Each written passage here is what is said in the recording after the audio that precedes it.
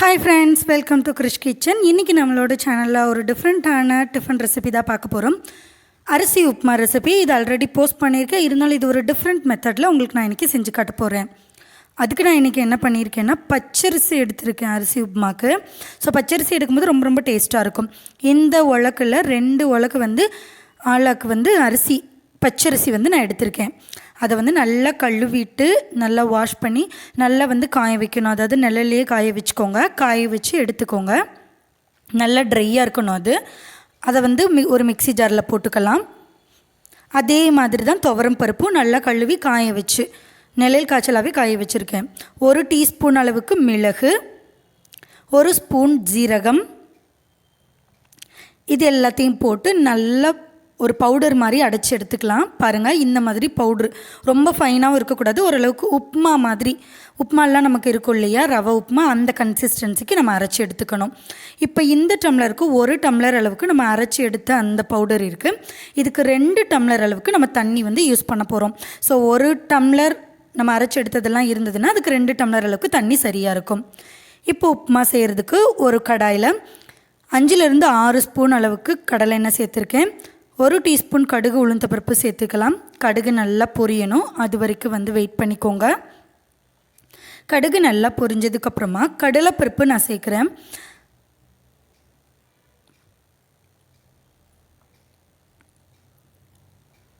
இந்த நம்ம ப்ரொப்போர்ஷன் தான் மெயின். இதில் என்னென்ன உப்புமாக்கு அரைக்கிறோம், எடுத்த பவுட்ரு பண்ணுறோன்றது தான் மெயின். அதுக்கப்புறம் அஸ்யூஷுவல் எப்படி நம்ம உப்புமா கிண்டுவோமோ அதே மாதிரி தான்.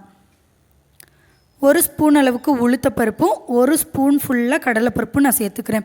உளுந்தும் கடலைப்பருப்பும் ஈக்குவல் ப்ரொப்போர்ஷனில் சேர்த்துக்கோங்க. ரொம்ப ரொம்ப டேஸ்ட்டாக இருக்கும் உப்புமாக்கு. 5லேருந்து 6 கருவேப்பிலை,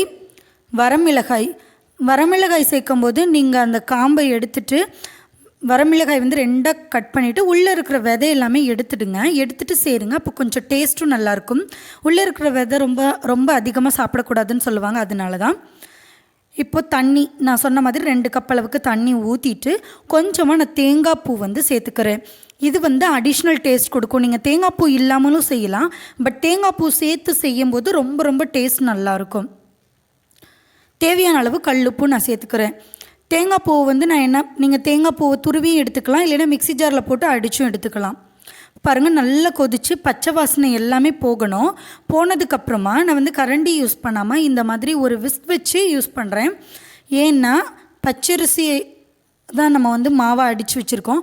ஸோ ரொம்ப சீக்கிரமாக கட்டி பிடிச்சிடும். அதனால கரண்டிக்கு பதிலாக இந்த மாதிரி விஸ்க் வச்சு கொஞ்சம் கொஞ்சமாக பச்சரிசி மாவு இதில் சேர்த்துட்டு கிளறும்போது அவ்வளோ சீக்கிரம் நமக்கு கட்டி அடிக்காது.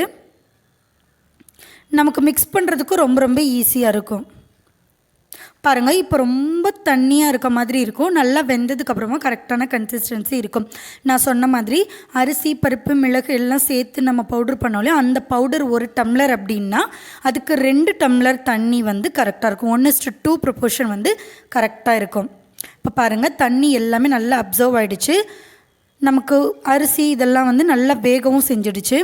ரொம்ப ரொம்ப சூப்பராக இருக்கும். அரிசி உப்புமா ரெசிபி இதுக்கு முன்னாடி நான் உங்களுக்கு சேனலில் போஸ்ட் பண்ணியிருக்கேன். அதோட லிங்க் உங்களுக்கு டிஸ்கிரிப்ஷன் பாக்ஸில் கொடுக்குறேன். அது ஒரு மெத்தடு, அதையும் செக் பண்ணிக்கோங்க. அதையும் குக் பண்ணி பாருங்கள். இது ஒரு டிஃப்ரெண்ட் மெத்தடு. இது கொஞ்சம் ஃபில்லிங்காக இருக்கும். இதில் பருப்பெல்லாம் சேர்த்துருக்கனால கொஞ்சம் ஃபில்லிங்காக இருக்கும். இதையும் ட்ரை பண்ணி பாருங்கள். குழந்தைங்களுக்கு 2யுமே செஞ்சு கொடுங்க. நான் கொஞ்சமாக நெய் சேர்த்துக்கிறேன். நெய் சேர்க்கும்போது கொஞ்சம் ட்ரையாக இல்லாமல் கொஞ்சம் ஈஸியாக சாஃப்டாக ஆகிடும் உப்புமா. அவ்வளோதான், நம்மளோட அரிசி உப்புமா ரெடி ஆகிடுச்சு. கண்டிப்பாக ட்ரை பண்ணி பாருங்கள். உப்புமாவில் நிறைய வெரைட்டிஸ் இருக்குது. ரவை உப்புமா பிடிக்கல குழந்தைங்களுக்கு, சேமியா உப்புமா பிடிக்கல அப்படின்றவங்க கண்டிப்பாக இந்த மாதிரி அரிசி உப்புமா செஞ்சு கொடுத்து பாருங்கள். ரொம்ப ரொம்ப டேஸ்ட்டாக இருக்கும். இதுக்கு சைட் டிஷ் தேங்காய் சட்னியே நல்லாயிருக்கும். நம்ம ஆல்ரெடி இதில் தேங்காய் போட்டிருக்கனால வெறும் சர்க்கரை வச்சு கூட குழந்தைங்களுக்கு கொடுக்கலாம். அவ்வளோதான் ஃப்ரெண்ட்ஸ், நம்மளோட அரிசி உப்புமா சூப்பராக ரெடி ஆயிடுச்சு. கண்டிப்பாக இந்த ரெசிபியை உங்கள் வீட்டில் ட்ரை பண்ணி பாருங்கள். ட்ரை பண்ணி பார்த்துட்டு எப்படி வந்ததுன்றதை எனக்கு மறக்காமல் கமெண்ட் பண்ணுங்கள். நெக்ஸ்ட் ஒரு இன்ட்ரெஸ்டிங்கான வீடியோட பார்க்கலாம். அது வரைக்கும் பாய்.